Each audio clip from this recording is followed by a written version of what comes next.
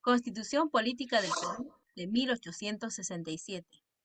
Integrantes del grupo: Roger Ureta Cóndor, Gabriela Elizabeth Scala Campos, Nayeli Lucero Izquierdo Tapia, Ruth Elizabeth Totora Delgado. Antecedentes.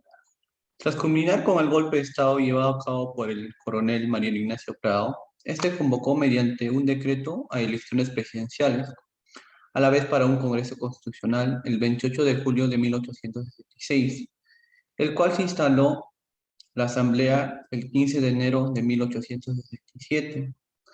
Una vez llevado a cabo el Congreso, puso en discusión la Constitución de aquel entonces, el cual fue aprobada el mismo día por dicho Congreso Constituyente y promulgado por el presidente de aquel entonces, quien era el coronel Mariano Ignacio Prado, el 29 de agosto de 1867.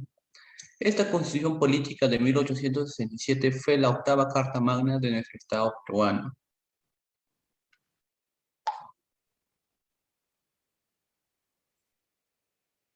Continuamos.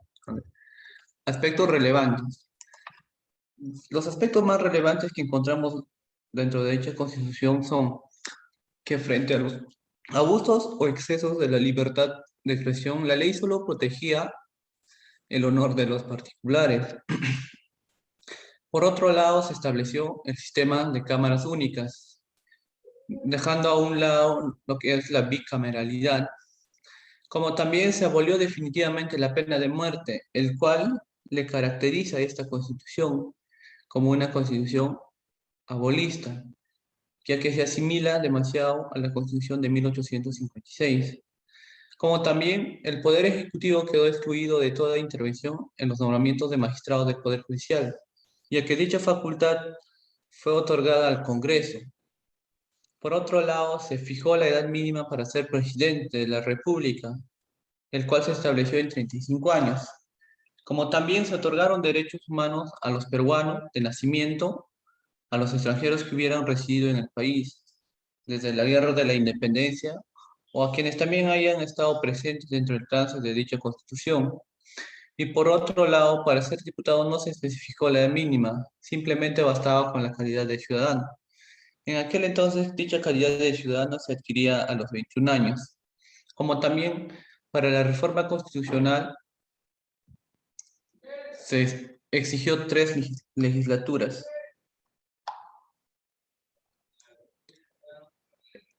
Bueno, es notorio que el propósito consiste en evitar la participación política de un elevado número de religiosos en dicha constitución, ya que en el artículo 3 establecía que el Estado peruano únicamente profesaba la religión católica y no había otra alguna, como también buscó la estabilidad laboral de la burocracia cuando estipulaba la necesidad de juicio para remover a los empleados judiciales, el cual se mostró en la facultad que tuvo el Congreso. Por otro lado, se implementó la libertad de enseñanza en todos los niveles, ya que en aquellas fechas únicamente se basaba en lo que era el nivel primario, y como también se insistió en la plena abolición de la pena de muerte. Y por otro lado, se fijaron los complicadísimos procedimientos de la reforma constitucional, el cual le mencionamos que cada una de ellas tenían que ser discutidas. Gracias. Siguiendo con la exposición, tenemos relaciones entre Congreso y Gobierno. Las sesiones legislativas del Congreso Constituyente en 1867. El 15 de febrero de ese año se instaló el Congreso Constituyente. Reunidos en sesión plena, proclamaron a Mariano Ignacio Prado como presidente provisional de la República, donde se produjeron diferentes discusiones entre el Ejecutivo y el Congreso. Fue un Congreso integrado por una mayoría liberal. Se legislaron diversos temas, entre ellos se promulgó la creación de un sistema parlamentario bicameral. Tenemos que en el artículo 45, el poder legislativo se ejerce por el Congreso en una sola cámara. También se creó el cargo de fiscal general administrativo en reemplazo del fiscal de la Nación. Se realizó la interpelación del gabinete Tiberiópolis. El Congreso aprobó un voto de censura contra este gabinete ministerial, ante lo cual los ministros solicitaron la renuncia, pero el presidente Prado se negó a aceptar su renuncia.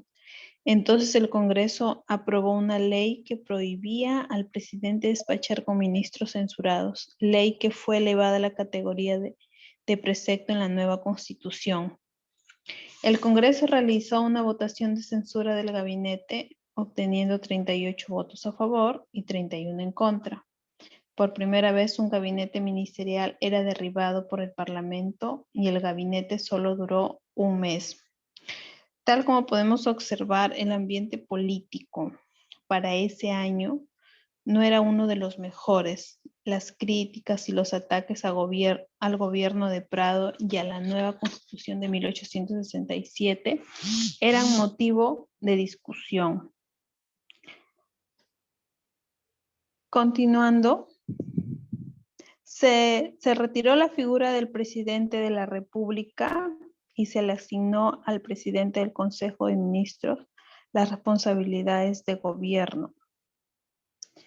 Los representantes no podían ser acusados ni detenidos durante las sesiones legislativas sin previa autorización del Congreso, salvo el caso de flagrante delito en el cual serán puestos inmediatamente a disposición del cuerpo legislativo.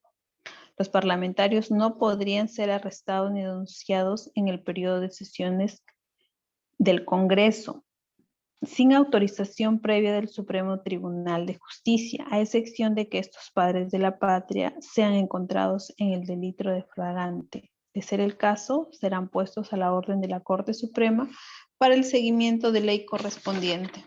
Gracias. Continuando con el sistema de justicia, hablaremos sobre el nombramiento del Poder Judicial. De acuerdo con la Constitución de 1860, hasta el año 1866, el nombramiento del Poder Judicial, de los vocales y fiscales, se realizaban por las personas que pertenecían a la política, o mejor dicho, por los que estaban en el Poder Ejecutivo. Esto para beneficiar su estatus. Pero debido a esto mostraba una serie de injusticias y arbitrariedades, por el cual a unos reclamos, la Constitución decide que el aparato judicial sea elegido por el Poder Legislativo. Como podemos ver en el artículo 123, los vocales de la Corte Suprema serán nombrados por el Congreso. De acuerdo para este nombramiento, la Corte Suprema remite al Congreso una lista de todos los magistrados que tengan 15 años de servicio y de los abogados que tengan 20 años de estudio abierto. Continuando con la descentralización, debido a los ingresos producto del guano, significaron un centralismo fiscal en la capital, en donde el pueblo quería formar más parte de lo que son las políticas administrativas.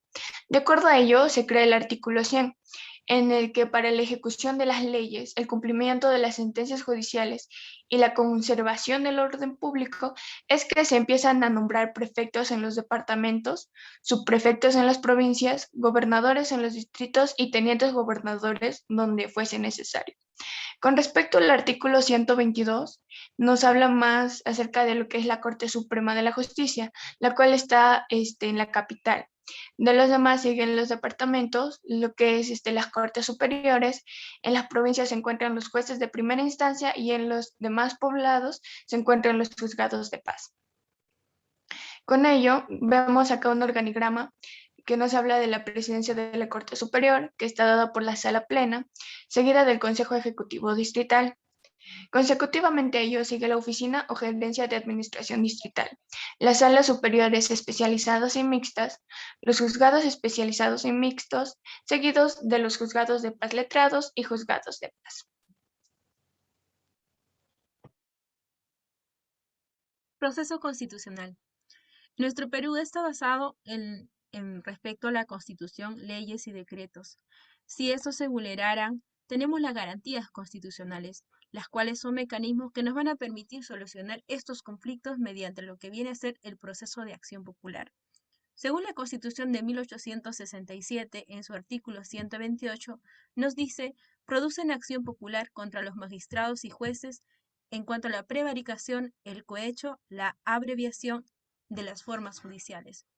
Entendiéndose así, que si de no haberse el respeto entre la jerarquía de la constitucionalidad, que viene a ser la ley, las resoluciones legislativas, decretos supremos, resoluciones y demás, se presentarán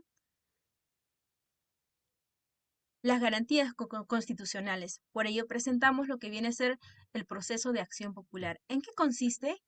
Es un proceso de garantía constitucional que procede a interponer contra las normas de menor jerarquía de una ley cualquiera que sea de la autoridad que provenga y que ésta pueda infringir la Constitución y las leyes de forma y fondo.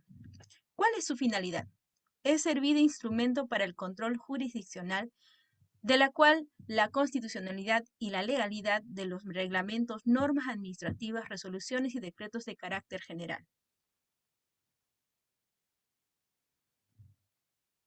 ¿Quiénes pueden interponer un proceso de acción popular? Los ciudadanos peruanos en ejercicio pleno de sus derechos, los ciudadanos extranjeros residentes en el Perú, las personas jurídicas constituidas o establecidas en el Perú, el Ministerio Público. Este proceso de acción popular, como característica, tiene el deber de proteger los derechos individuales de aquellos actos lesivos, las cuales se inician este procedimiento.